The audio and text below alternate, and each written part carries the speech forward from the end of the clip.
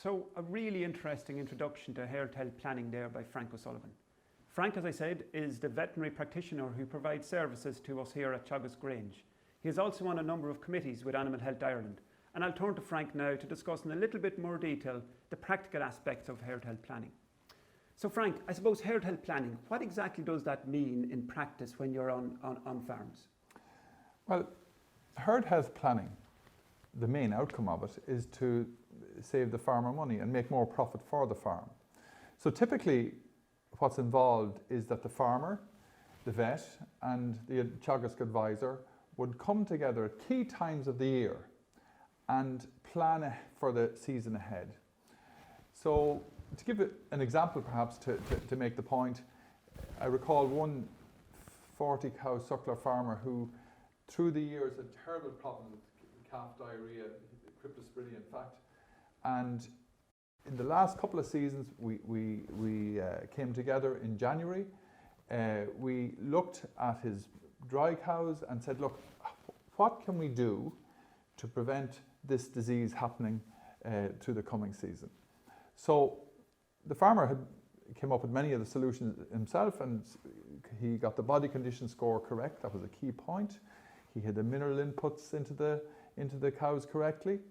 And then he elected to use a calf scour vaccine to help with the transfer of immunity to the young calf when he was born. So in that process then, everybody would contribute. So it's not a top-down approach, if you like, it's a collaborative or a joint effort to come up with these key solutions. Through the season we went then and said, look, how can we improve the hygiene in the calving areas? Where can we allow, if you like, the ventilation improve and better aeration of the shed? So all these points then, with this collaborative approach, help you come up with a plan. And we map that out, write it down and share it with the farmer so that he then has a clear plan, if you like, how he's going to manage the next couple of months. So in essence, that means that he has more time in prevention of disease and less time spent treating disease. Lastly, I'll say that apart from the economic benefit, there's a tremendous saving in preventing subclinical disease. That is, disease that maybe is not overtly there, but certainly can cause problems with production. But thinking about that farmer and farmers in general, they really don't like dealing with disease or sick animals. So there's a tremendous stress involved in that. And they would really, particular part-time farmers, they love that concept of how can I plan this out so I can go to work in comfort perhaps and come home to enjoy a healthy herd rather than coming home to sick animals. Okay, so you've seen a significant reduction, let's say, in clinical call-outs, if you want to call it that, where herd health planning has become part of the management process on the farm.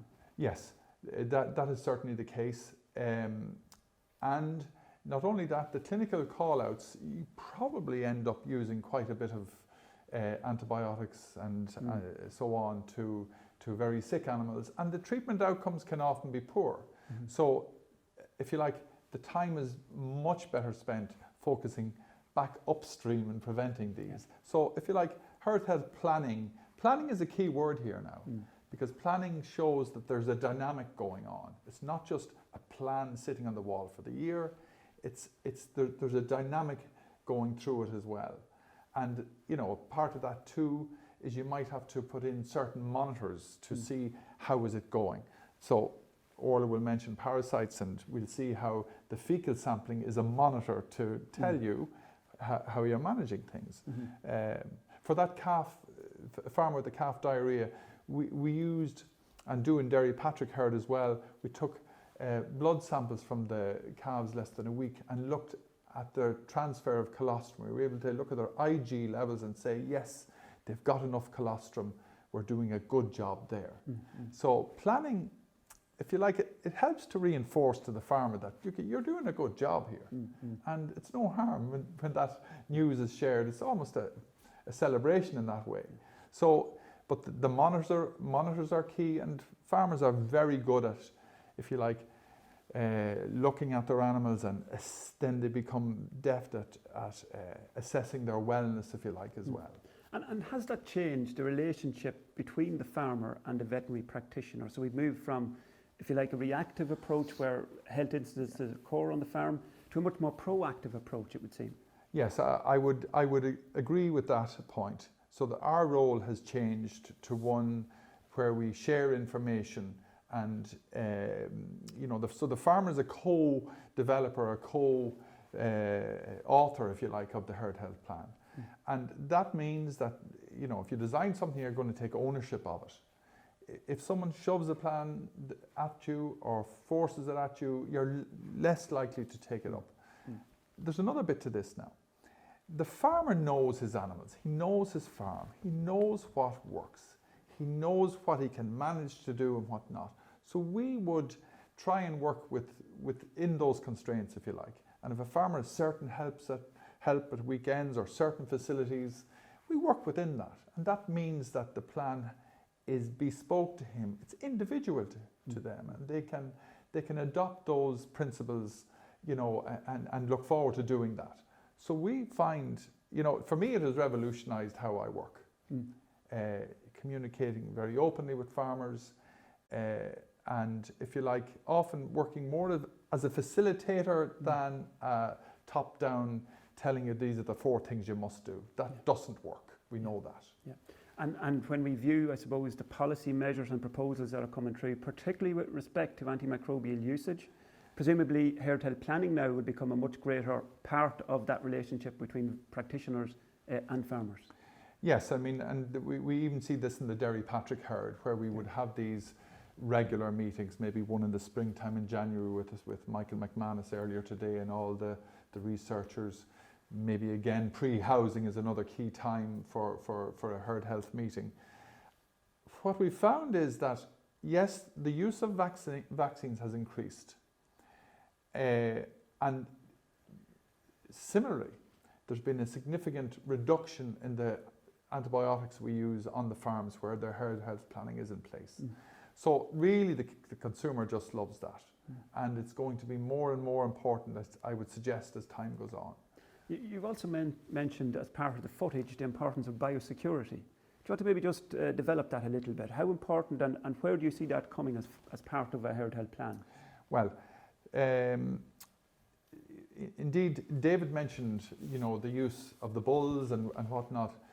They can be, even for a closed circular herd that's buying in a bull, that can often be the animal that breaches the biosecurity boundary, if you like.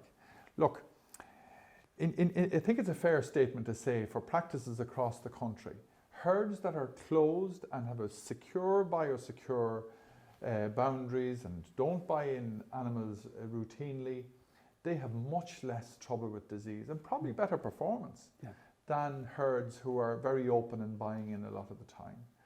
So biosecurity is such an important concept. I recall my father used to delight in coming home from Kilkenny Mart. He'd have different animals home every weekend, and he'd upset the whole herd for the weeks after. So really, the concept of biosecurity goes alongside maybe a vaccination policy. Now, biosecurity isn't just the fact of buying in animals. So being biosecure also means you have to think about the people and the fomites. So, maybe we shouldn't be sharing trailers. Maybe we shouldn't be sharing handling facilities. And I know as a vet, and AI technicians are the same, that we're very conscious to disinfect in and out as we go to farms. Animal Health Ireland are very strong on this too. And we see the benefits of the BVD scheme and the lack of introduction of PIs from one farm to another. So, biosecurity is a big part of it. You mentioned the importance of covering the whole area of parasite burden and parasitic infection. And I might turn to Dr. Orla Keane now just in relation to that. And I suppose it's an area where you've devoted a lot of your time and a lot of your research, Orla. And just in terms of the Derry Patrick herd, do you want to maybe relate a little bit of the parasite control plan that's in place there on the Derry Patrick herd?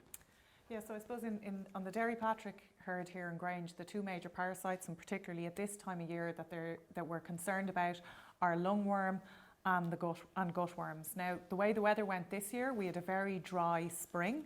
So when you get prolonged periods of dry weather like that, the worm burden tends to stay low. So the larval stage of these parasites, they migrate, they move in water. So when you get a dry period, they can't migrate out of the dung or up the grass to be eaten. So the worm burden tends to stay low. Then after you get some rain, you'll probably see the larval burden will go up about 2 weeks afterwards. You won't see it in the fecal samples that Frank mentioned earlier till probably at least 3-4 weeks later. So what we found this year in the Dairy Patrick was that in terms of the gut worm count, that has been low and that has stayed low so far. And that's probably because, you know, in suckler beef systems, it's really only when you get close to weaning and their grass intake increases substantially that gut worms tend to be a problem. Lungworm can be a lot more unpredictable. And, you know, about 3 weeks ago now, we did go in and treat for lungworm based on clinical signs. Okay, and I suppose back to you, Frank, just in terms of the overall herd health planning process, we've seen some wonderful figures from Bernard early this morning, and in particular from Michael McManus in terms of the performance of the Dairy Patrick herd with 100% AI, calving in a 10-week breeding season. Really fabulous performance, underpinned by a strong focus on herd health planning. One of the figures, though, that Bernie did produce that maybe surprised me a little bit was that as part of a research program that she carried out recently, 60% of antibiotic usage occurred in the first month of life. So this would seem to be a critical period where a lot of intervention occurs, a lot of antibiotic usage occurs.